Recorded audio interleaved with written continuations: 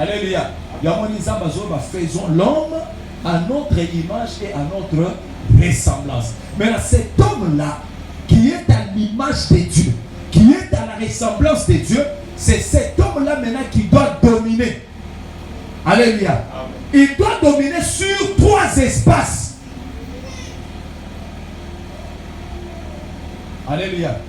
L'homme qui est à la ressemblance de Dieu, il doit dominer sur 3 espaces. Et le Baliboso, il doit dominer sur le poisson de la mer, sur les oiseaux du ciel, sur le bétail, c'est-à-dire sur le bétail et les reptiles qui rampent sur la terre. Alléluia. C'est sur ces 3 espaces-là que l'homme qui est à l'image de Dieu doit dominer.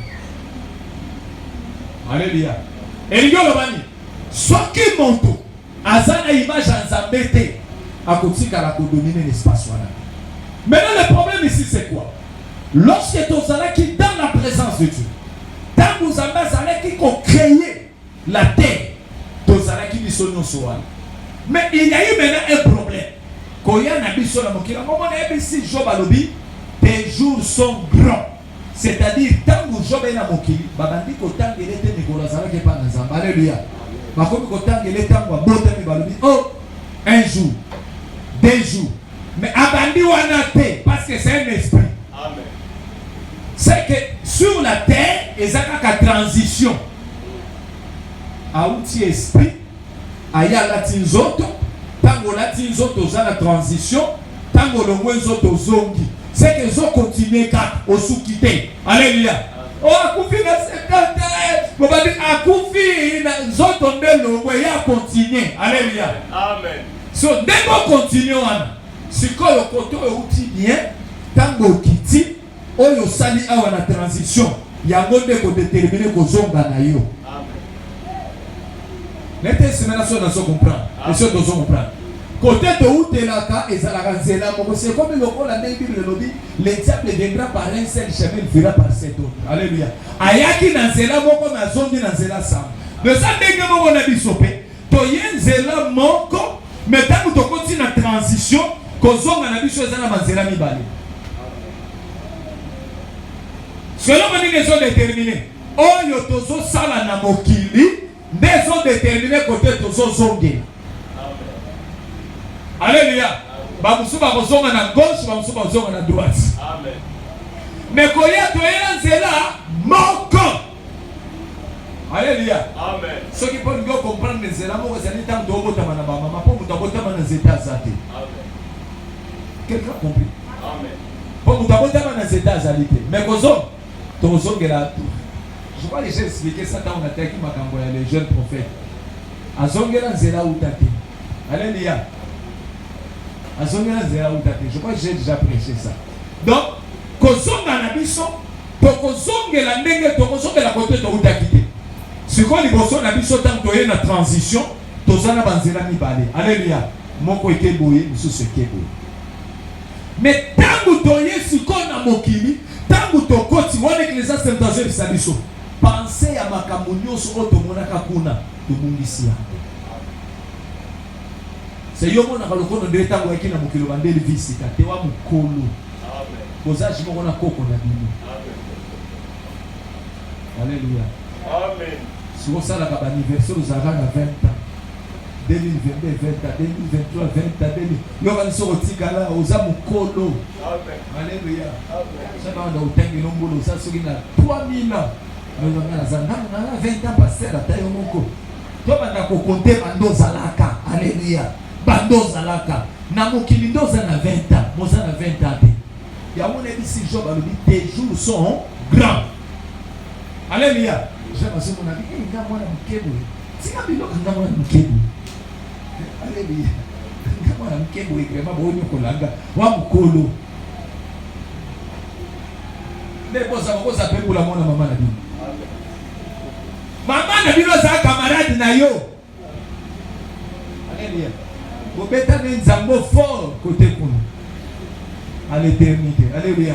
Bobeta nzambo bosota basili kotima masimba na ngo asimbi. Alléluia. Mais bokomi na bomota bandi kotimba yo keso na basaki. Alléluia. Kewens oboyepe boya beti yo. Alléluia. Mais vous allez pour la moko. Mais dans mon kili, il faut respecter. Alléluia. Ce qu'on doit intervenir dans mon kili, enfant, honore ton père et ta mère. Alléluia. Ça va se faire qui kaka Alexo Nanzela Nanye.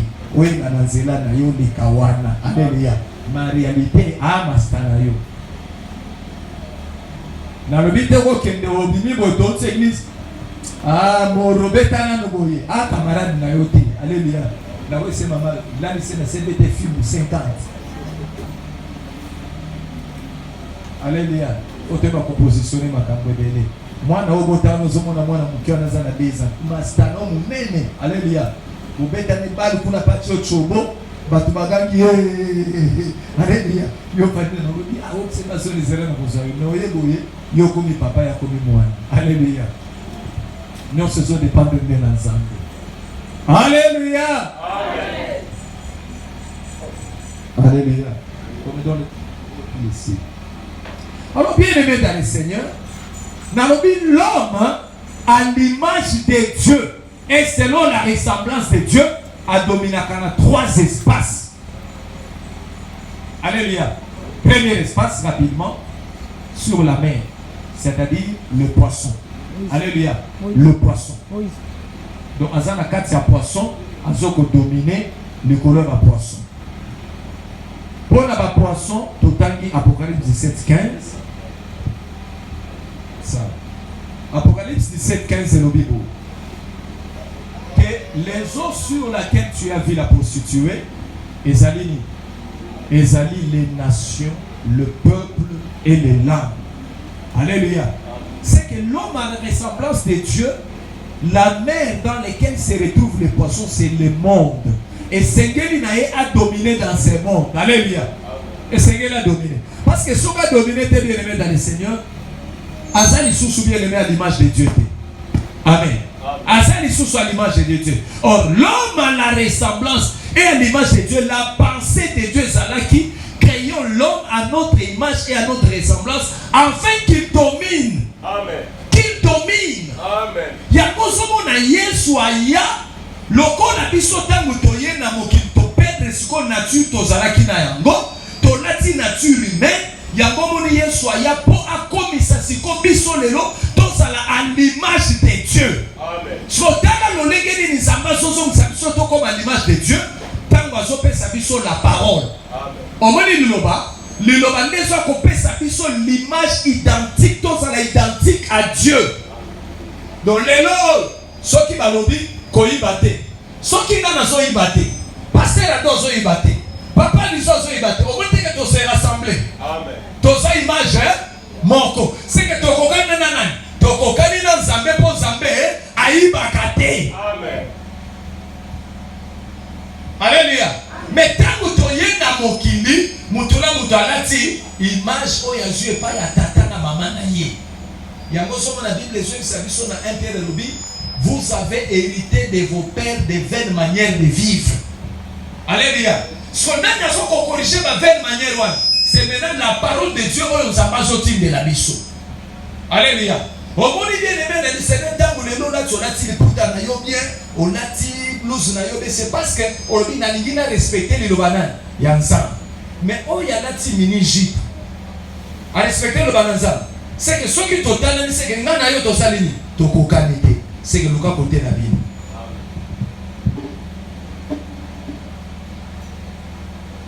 Donc ceux qui église ezana mokili eza peut être dans l'église liloba oyo kokisama faisons l'homme à notre image à notre ressemblance. C'est-à-dire Nzambe lelo afandi na assemblée au milieu de Dieu alobi faisons l'homme. C'est-à-dire eza modo de Nzambe azopesa biso. Faisons c'est-à-dire biso na Nzambe siko. Tout ça la siko l'homme à son image et à sa ressemblance. Alléluia. Tangu ngana zote ezangaite. Zamba utiliser nazo salela nga potote ya pote asala yo okokana na ye. Amen. Alléluia. Bible rubi Zamba inaka monoko ye kosaka. Soki moto akosaka deja tango ataka de Zamba inaka na ningina kokana na Nzambe. Alléluia.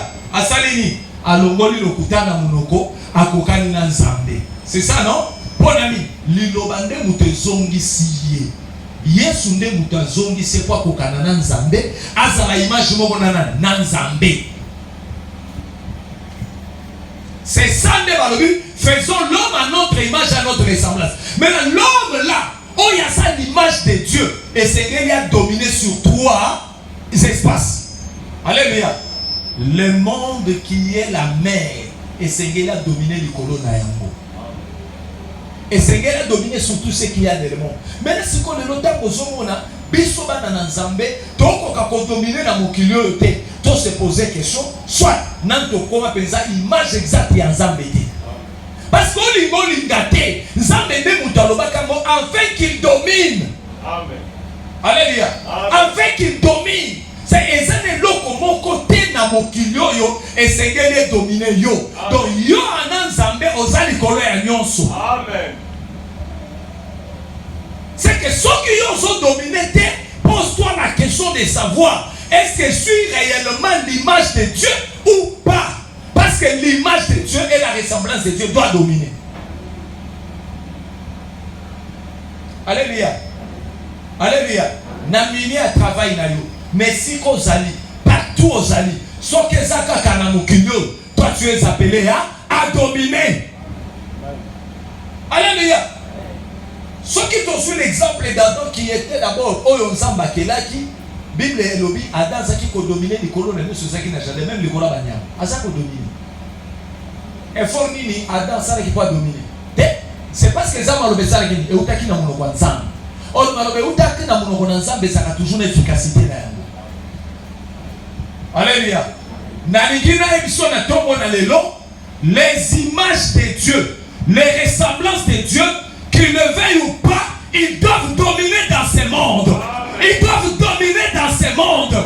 Non pas parce que yo lingi, mais parce que ton Dieu te l'a ordonné. Parce que Dieu a ordonné cela, et c'est que ça m'appelle Sarah. L'effort maintenant que toi tu dois faire, c'est d'être l'image de Dieu. C'est d'être la ressemblance de Dieu. Tikaka babuzo babuzo so sala kawana. Et zozo msako simamingi. Alléluia. Au lieu de ça, l'image à Zam, aux autres, l'image à Coco Nabino, aux autres, l'image à moi, la quartier Nabino, aux autres, l'image à Tata Mwasi Nabino, il y a un Tata Mwasi Nabino. Et bon, ça, c'est une dumba. Alléluia. Il y a un Kokanaka Kanaye. Où est ça, l'image à Tata Mwasi Nabino? Si on a l'image à Tata Mwasi Nabino, on condomine. Alléluia. Ceux qui n'ont tout le monde, le Kokanana.